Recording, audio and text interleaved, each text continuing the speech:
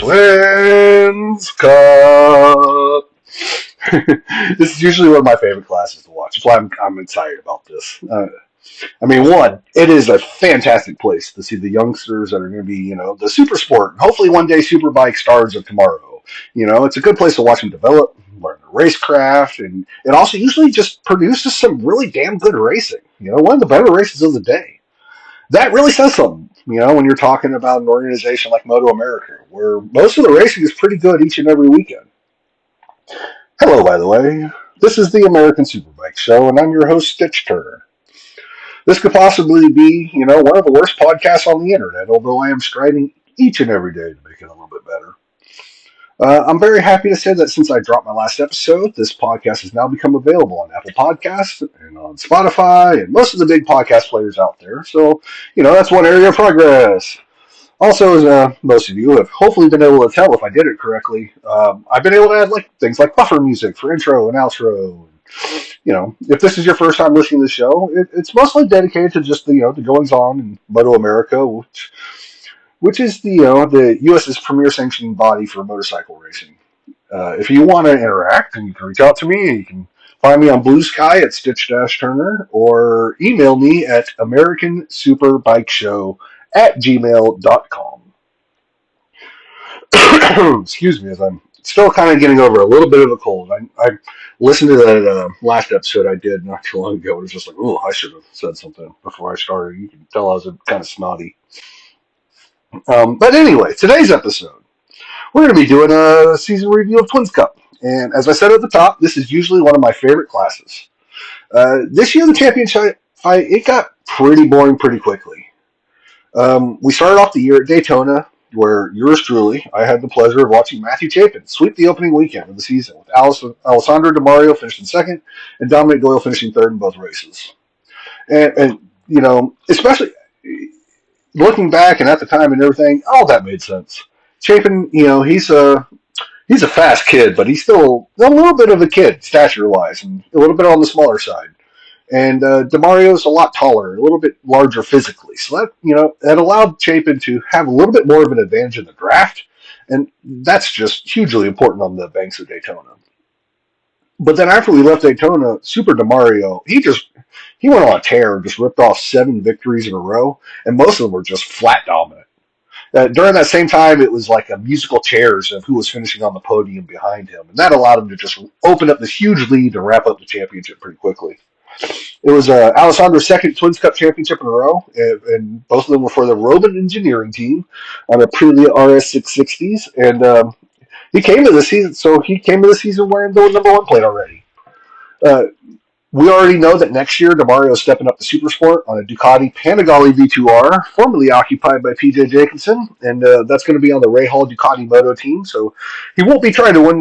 He won't be back to try and win a 3rd championship in a row. And with DeMario being gone, I don't think there's any one person that you can pick for a favorite for next year. Although both the 2nd and 3rd place finishers in the championship will have a pretty good shot at the title in 2026. Matthew Chapin, he was that 2nd place finisher. He was the runner-up, and he started off the year with those previously mentioned double victories at Daytona International Speedway, and then after that, excuse me. After that, he went on a little bit of an inconsistent stretch in the middle part of the season. After the opening weekend sweep at Daytona, he backed it up with a 3rd place finish in race 1 at Barber on his Vance and Hines Suzuki. But then he put up 0 points in 2 of the next 3 races after that. He had 3 races total where he scored 0 points. But once he got those out of the way, nearly every other race Matthew did finish, he was on the podium, with the exception of race 2 at Mid-Ohio, where he finished 5th. At the final round at New Jersey Motorsports Park, Chapin claimed what he said on the podium interview, it was his best victory. And I think I agree with him there, because for a rider of his age and his progression moving up to the support races classes, he didn't just hang with Alessandro DiMario. He beat him straight up while at the top of his game in the fight. That does with no asterisks there. It had to be a great feeling for Matthew, and it's probably going to give him a lot of confidence going into 2026. Which I'm also pretty sure Matthew will have the benefit of having the same team and another year of to develop that consistency together and the chemistry, and keep that momentum going forward. The rider that finished in third place, he was to me a revelation, and that is Hank Vosberg.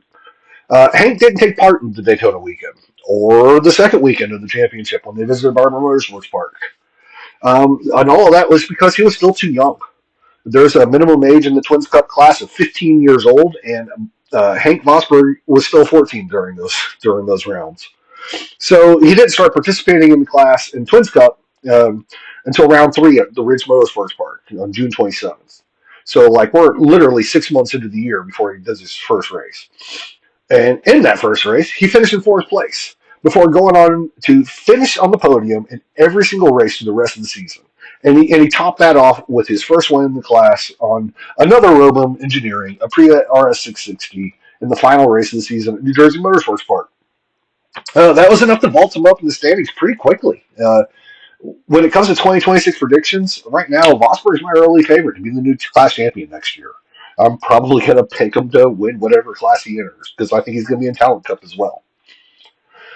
Right behind Vosberg in the standings was my fellow Florida boy, Avery Dreyer. And from my vantage point, as just a fan, because I don't know him. I've seen him and his sister and their family at the track and the team and everything, but like I'm not going to sit here and claim that I have any idea what to have any sort of inside knowledge of the Dreyer family. But it had to have been tough losing his dad last year, especially towards the end of the season. Just when all that happened, and then you have that sort of adversity and heartbreak to put up a hell of a fight to plow forward and carry on to 2025 and to just stitch together a season that I mean it was held together by duct tape and bailey wire, it seemed like, at least from my vantage point on the outside. And he still finished fourth place in the championship. Like I that's that takes a lot of guts and a lot of courage, and I think it deserves a little bit more credit than just you know what a fourth place finish in a championship would deserve on face value alone. I know it's also been covered extensively on Live Plus, but I'm going to go ahead and mention as well. Avery was able to put this together. Like he rode on three different bikes. Like he started out at Daytona on a Yamaha R7. He finished in fourth place in both race 1 and 2 over the course of the weekend. And one of the things that I've constantly, consistently been hearing for the last couple of years about the Yamahas is down on power compared to the other bikes in the class. And that shows because there really aren't a whole lot of other Twins Cup competitors that are still using that bike. And so, two fourth place finishes on a power track like Daytona, that's pretty good. Then he showed up in the next round at Barber, and he was on a completely different motorcycle. He was on a Suzuki GSX 8R, prepared by Team Hammer. And in his first race on that bike, he went out and won the thing. He put it on top of the box in a wet race. Unfortunately, those were the only points he scored on that bike for his brief, sojourn as a Suzuki rider. Unfortunately, he put up a goose egg in race 2.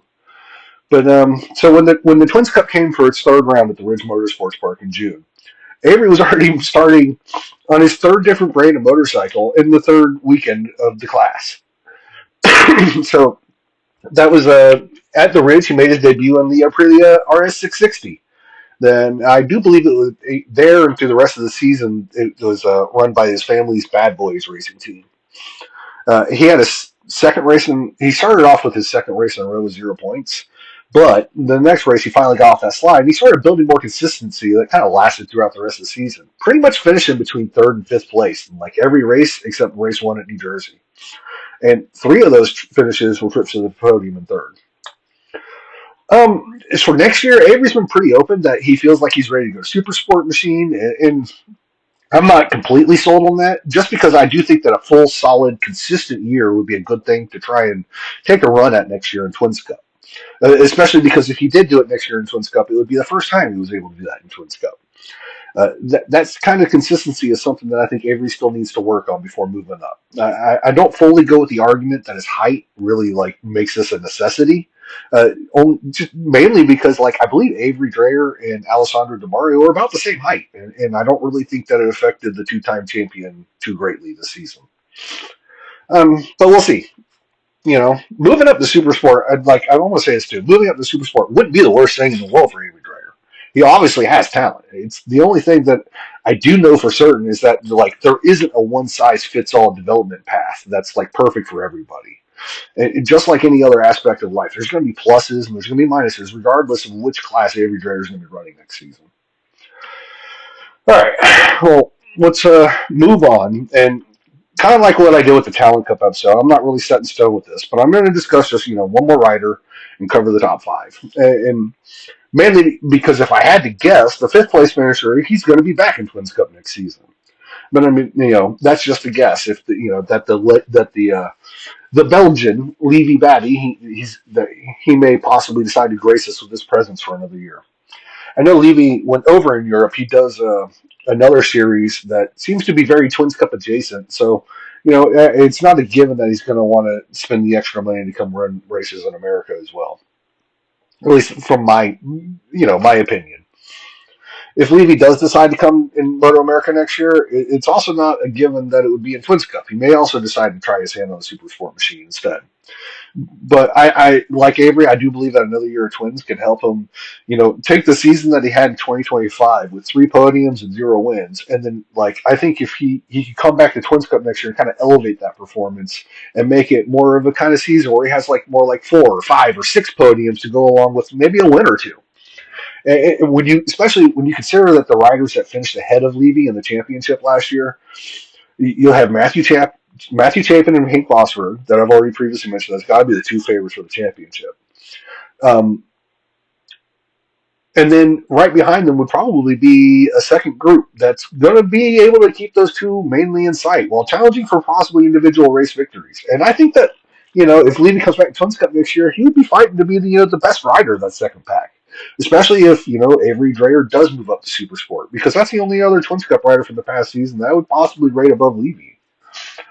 Well, I mean, also maybe Dominic Doyle, as I unofficially move on to the 6th place finisher in the championship, because he was not in the top 5. But I like the kid; he's good, and it's not just because he has his fundraising drive for shelter pets that is just directly after my heart. I'm a softie when it comes to animals, but I just. He always interviews well on TV. He's usually fast on the track.